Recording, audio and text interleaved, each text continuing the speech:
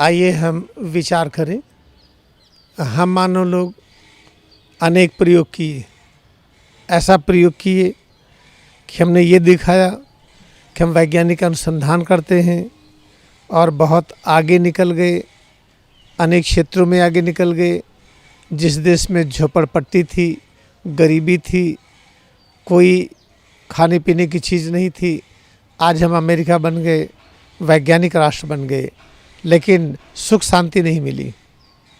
हम ऐसे देश के रूप में भी हैं जैसे कनाडा है। कनाडा में कोई लड़ाई झगड़ा नहीं, एक तरफ अमेरिका से सुरक्षित है और दूसरी तरफ समुद्र ही समुद्र है, लेकिन वो शांति नहीं है जिस शांति को खोज रहे हैं। आइए हम चले गए ऑस्ट्रेलिया की तरफ। वहाँ मेलबर्न है, वहाँ पर सभी प्रकार की सुविधाएं हैं, आबादी भी कम है, व्यवस्था भी है, लेकिन वो शांति नहीं जो खोजते हैं। कि कारण क्या है? और आइए गरीब देशों में चलें, वहाँ भी शांति नहीं है। गरीब देशों में तो ये पता चलता है कि गरीबी है इसलिए शांति नहीं है। जो बहुत पढ़े लिखे हैं वो भी अशांत हैं, जो कम पढ़े हैं वो भी अशांत हैं। तो शांति में है कौन? शांति किसको मिल रही है? जब देखिए लहरी महाशय को हमेशा परम शांत थे, इतने आनंद में थे कि उनका नाम ही मगन बाबू था। सभी विज्ञान के ज्ञाता थे, अपने को कई रूपों में प्रकट कर लेने में सक्षम थे, मरे हुए की जिंदा करने में सक्षम थे। कारण क्या था? क्रिया योग ध्यान। तो अब ये समझ में आ गया है कि अगर हम क्रिया योग ध्यान करते हैं तो हम स्वयं व्यवस्थित हो जाते हैं, अपना स्वरूप व्यवस्थित हो जाता है, हमारी इंद्रियां, मन, बुद्धि सब में इतनी शक्ति आ जाती है, इतना ज्ञान आ जाता है कि हम सभी प्रकार के कर्मों को वैसा ही करते हैं जैसा ईश्वरीय विधान है। तो आइए हम देखें, पूरी दुनिया में देखें, भारत देश में भी देखें, नॉर्थ अमेरिका में देखें, साउथ अमेरिका में देखें, यूरोप में देखें, हर जगह देखने पर ये पता चलता है कि अगर हम गांधी जी की तरह राजनीतिक व्यवस्था कर लें और लाहिड़ी महाशय के ध्यान का संचार कर लें तो देश समृद्ध हो जाएगा, गरीबी भी दूर हो जाएगी, अशांति दूर हो जाएगी, कष्ट दूर हो जाएगा, सांप्रदायिक भेदभाव खत्म हो जाएगा और रंग भेद खत्म हो जाएगा। तो गांधी जी क्या करते थे? गांधी जी क्रिया योग ध्यान करते थे। इसीलिए जो धन था उनके पास, उसका उपयोग सबसे ज़्यादा कहाँ होना चाहिए वहाँ उन्होंने किया। जिसके पास धन नहीं, जहाँ गरीबी अधिक, जहाँ बीमारी अधिक, जहाँ समस्या अधिक, महात्मा गांधी वहीं अधिक काम किए। तो ज्ञान कैसे मिलता है? क्रिया योग ध्यान में हम अपने स्वरूप में एकाग्रता बढ़ाते हैं। जब स्वरूप में एकाग्रता बढ़ाते हैं तो ये पता चलता है कि स्वरूप के अंदर जो अंग अधिक कमज़ोर है, जिसमें वाइटलिटी कम है, जिसमें जीवनी शक्ति कम है, हम उसका ख्याल अधिक करते हैं। तो ठीक वैसे ही है, जब हम क्रिया योग ध्यान करते हैं तो राष्ट्र में कौन सा प्रदेश अधिक गरीब है, प्रदेश में कौन सा जिला अधिक गरीब है, जिले में कौन सा गांव अधिक समस्याओं वाला है, ध्यान वहाँ जाएगा पहले। लेकिन अभी ऐसा नहीं हो रहा है। अगर हम स्मार्ट सिटी का नाम लेते हैं, स्मार्ट गांव की तरफ नहीं ध्यान देते हैं, तो अभी हमारी समझ में कमी है। तो जब हम क्रिया योग ध्यान करेंगे तो अच्छी तरह से अनुभव कर लें, हमारा पहला ध्यान वहीं जाएगा जहाँ गरीबी अधिक है, जहाँ बीमारी अधिक है, जहाँ समस्या अधिक है, जहाँ चिंता अधिक है। तो आज हम देखें इलाहाबाद में 150वीं वर्षगांठ मनाई जा रही है। हाई कोर्ट की स्थापना हुई 150 वर्ष हुआ है। तो 150 वर्ष के बाद एक बहुत ही भव्य उत्सव मनाया जा रहा है। 625 करोड़ रुपया खर्च हुआ इस उत्सव को मनाने में।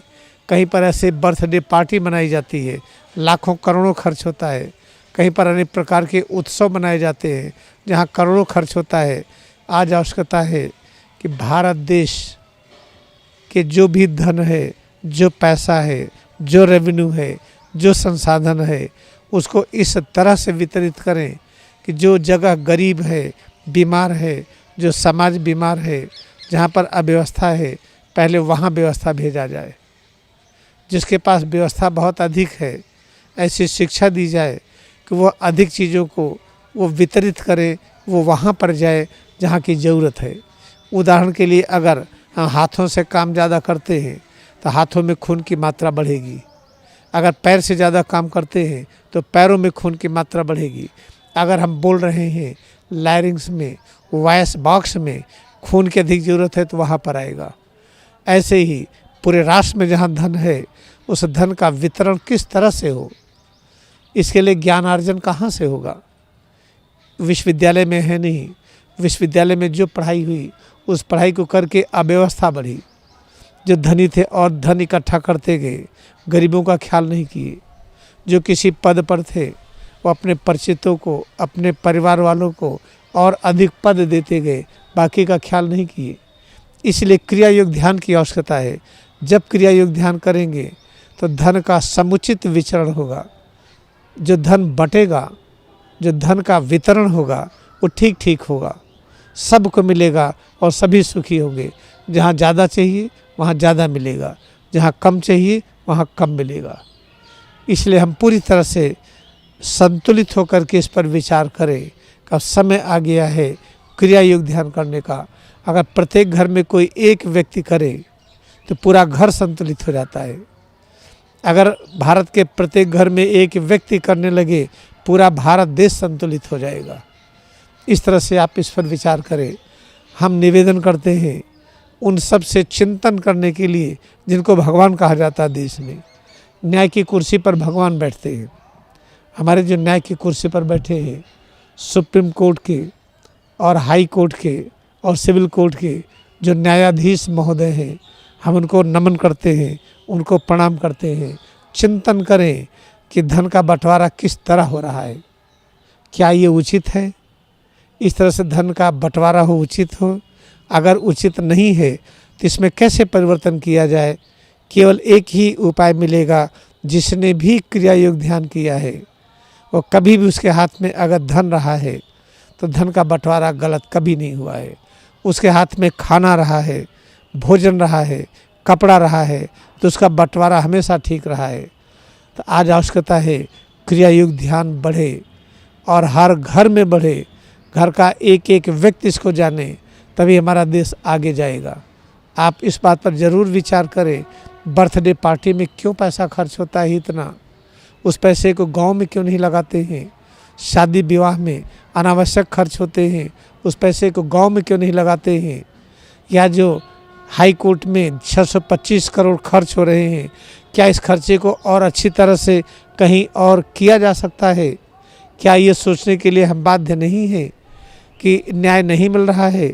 अगर न्याय नहीं मिल रहा है, एक गरीब हाई कोर्ट नहीं जा सकता, सुप्रीम कोर्ट नहीं जा सकता, तो न्याय मिल कहाँ रहा है? जब न्याय नहीं मिल रहा है तो इस पर विचार होना चाहिए कैसे न्याय मिले। आप सबसे विनम्र निवेदन है कि इस पर सोचें और चिंतन करें। क्रियाओं का दीप घर घर में जले। जैसे जैसे क्रियाओं का दीप जलता जाएगा, भारत की समस्याएं दूर होती जाएंगी और भारत पूरे विश्व के लिए तैयार हो जाएगा, उसको सेवा करने के लिए, उसको ज्ञान देने के लिए, उसको शक्ति और शांति देने के लिए। इसी संदेश के साथ हम आप सबको नमन करते हैं।